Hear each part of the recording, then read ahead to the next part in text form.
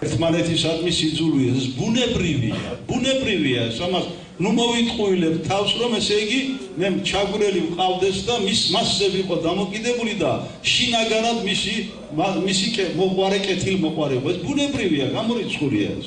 აი ესეთი რამე. აი ეს გზაც მონახულია, ეს გზაც ეს ჩვენ დავგეგმეთ, როგორი უნდა შეიქმნას ყველა სოფელში, ყველა რაიონში ერთიანი სააქციო საზოგადოებები, სადაც ყველა იქნება წილის მიმღები შემოსავლიდან და აქვე 70% კი არ უნდა მიეცეს უცხოელს ან და თუნდაც იმ ინვესტორ ჩვენს ქართველს 70% მოსახლეობას მიეცეს 20 და რანაჩენი 20 თუ 30% ბიზნეს თავისი კანონები აქვს, მაგრამ აი კარგად თქვა ბატონმა ვლადიმერმა, რომ არ არსებობს ისეთი ბიზნესი, რომ ესე იგი წამგებიანი იყოს ინვესტორისათვის, მაგრამ არსებობს რაღაც შეღავათები. ამ შეღავათებით უნდა მობრძანდელი წინ და მოვლენ პატრიოტები, ნუ გამოულევს საქართველოს, ნუ გამოულიოს ღმერთმა საქართველოს და ასეთი პატრიოტები არიან. აი ეს არის ქვაკუთხედი, ეს არის საყრდენი, რომლის მეშვეობითაც ქვეყანა უნდა ამოვიდეს ამ მდგომარეობიდან. სხვანაირად ვერც უცხოეთში გადახვეწილ ქართველობას ვერ დავაბრუნებთ აქეთ. არათუ უცხოეთში გადახვეწილ ქართველობას დავაბრუნებთ, არამედ ყოველწლიურად რომ მიდის საქართველოსდან 30,000 ადამიანი, იმ მიგრაციას ვერ შევაჩერებთ ჩვენ და ქვეყანა დარჩება უქართველებო. აი რა კატასტროფის წინაშე დგას საქართველო. აქედან გამომდინარე ახლა მე რაზე ვსვამ, საყვედური თქვა ბატონმა ვლადიმერმა დღევანდელ დამოკიდებულებასთან დაკავშირებით ადგილობრივ ხელისუფლებასთან. როგორ კაცო, ნოტარიუსს უნდა ეშინოდეს აღმოსვლა? ერთადერთი მიზეზი ეს იყო, თორე დანარჩენი თქვენ ყველა დელეგატები ხართ. ერთადერთი მიზეზი ოფიციალურად. მე იტყვიან, რომ არ იყო ნოტარიუსი კანონიერი, არ იყო დამფუძნებელი კანონიერი, უკანონო იყო. აი ამიტომ გადაიდო ეს გადავლება. ჩვენ მაინც მაგას გავაკეთებ, გამორიცხულია ეს. აი იმ კვირაში გავაკეთებ. თბილისში გავაკეთებ. მაგრამ მე რაზე ვამბობ, ესე იგი, ყოველი ქართველი რომელი პოლიტიკური მიმართულებისაც არ უნდა იყოს, სახელისუფლებო, ოპოზიციური, მნიშვნელობა არ აქვს. ვინც ამ პროგრამას გვერდით არ დაუდგება, აი ამ ერის ხსნის, ქვეყნის ამოყვანის პროგრამას ვინც გვერდით არ დაუდგება, ახლა როგორ თქვა, რომ იგი პატრიოტია. როგორ თქვა, რომ იგი პატრიოტია. არ არის იგი პატრიოტი, მორჩა დამთავრდა, ხო უნდა უთხრათ რაც არის.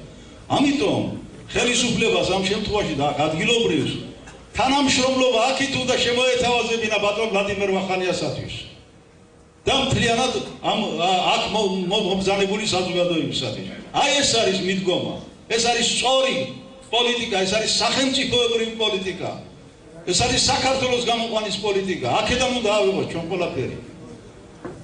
და ბევრი რამის ახლა ჩვენ აქ ამ პროგრამაში არის როგორ სოციალური დაცვა, მინიმალური ხელფასები, პენსიებთან დაკავშირებით სოციალურ დაცვას ეხება, განათლების სისტემა, ეროვნული განათლების სისტემა, მართლმადიდებელი ეკლესიის გაძლიერებისა, ბევრი რამე ახლა რასაკვირია, მაგრამ ის უკვე შემდგომი საუბრებია, ეს თქვენ ამას გაეცნობით, მაგრამ თავარია ეს არის სწორედ ის, რაც თქვენ და ჩვენ ყველას გვიჭირდა, ეკონომიკა.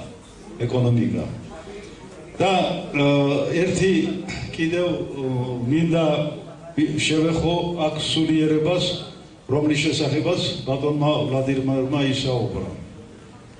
ახლა უამრავ ჭორებს ავსელებენ ხოლმე, მაგრამ ერთ რამეს ვიტყვი.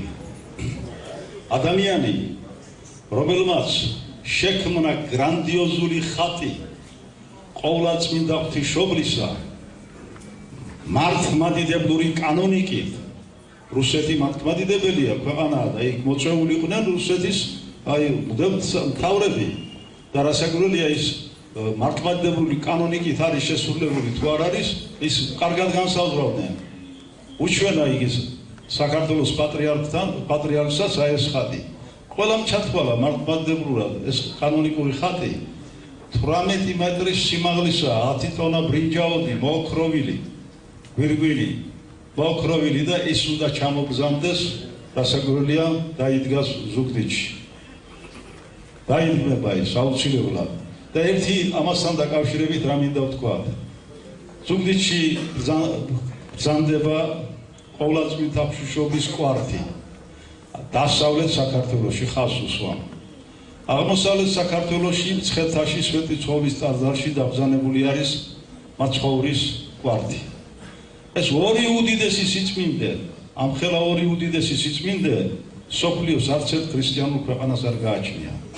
აი ამ ორი სიწმინდის მადლი მთლიანად მოეფინება საქართველოს და ეს იქნება საქართველოს ღვთიური გამთლიანების ღვთიური მადლის მოფენა.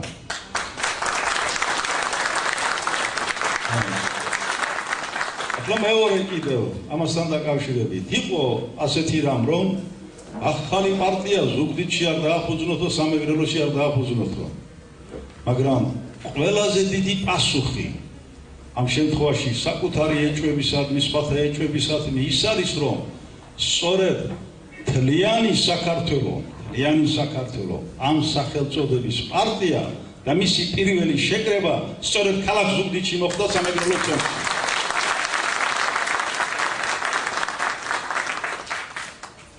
განვაგრძობ სულიერებაზე. ბატონი ვლადიმერი არის 12 წიგნის ავტორი, საკუთარი თავი ისევე წარმოადგინა, ეთყობა ადამიანს ეუხერხებლა საკუთარი გავისკება. 12 ბრწყინვალე წიგნის ავტორი. სოფლიოს ფინანსური დაზვერვა შესწავლილი აქვს. სოფლიოს ეკონომიკური პრობლემები შესწავლილი აქვს. ეკონომიკური პრობლემები. ამრიგად იგი ამ შემთხვევაში შეიძლება ჩაითვალოს ერთ-ერთ უდიდეს სპეციალისტად საქართველოში ფინანსურ ეკონომიკურ საკითხებში. და პლუს ამას აი სწორედ იმ სულიერებაზე, რაზეც ჩვენ მე ვილაპარაკე.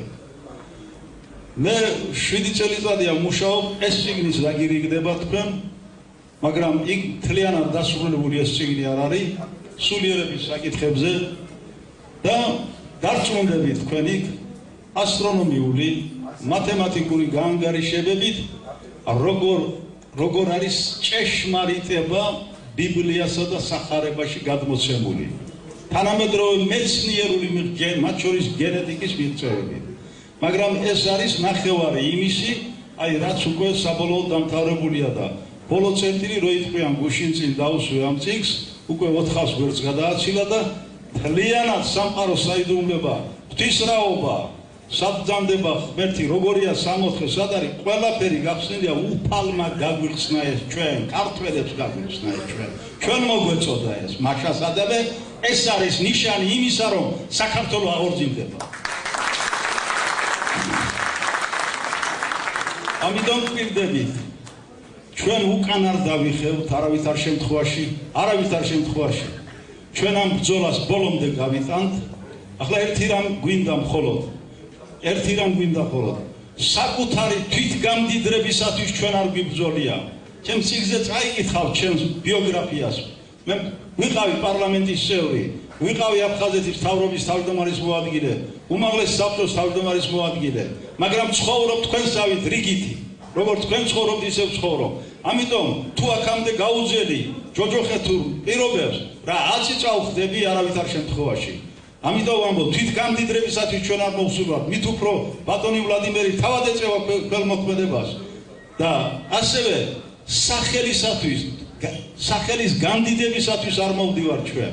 აბსოლუტურად. მე საერთოდ შეიძლება თანამდებობაზეც არ გავიდე, უბრალოდ ვიქნები ბატონ ვლადიმერის მრჩეველი. ასე მინდა გითხრა.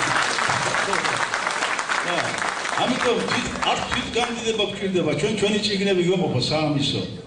მაგრამ რა გვინდა ჩვენ? რაღაც მოწოდებაა შინაგანი, რაღაც არ გვასვენებს შინაგანი, რაღაც უხილავი ძალა ყარნახობს, რომ ხალხს ვერ შველა უნდა. და აი ამ საშველად მოვედით ჩვენ და ვივლით ამ გზაზე. ღმერთმა დაგროცოთ თქვენ ჩვენ.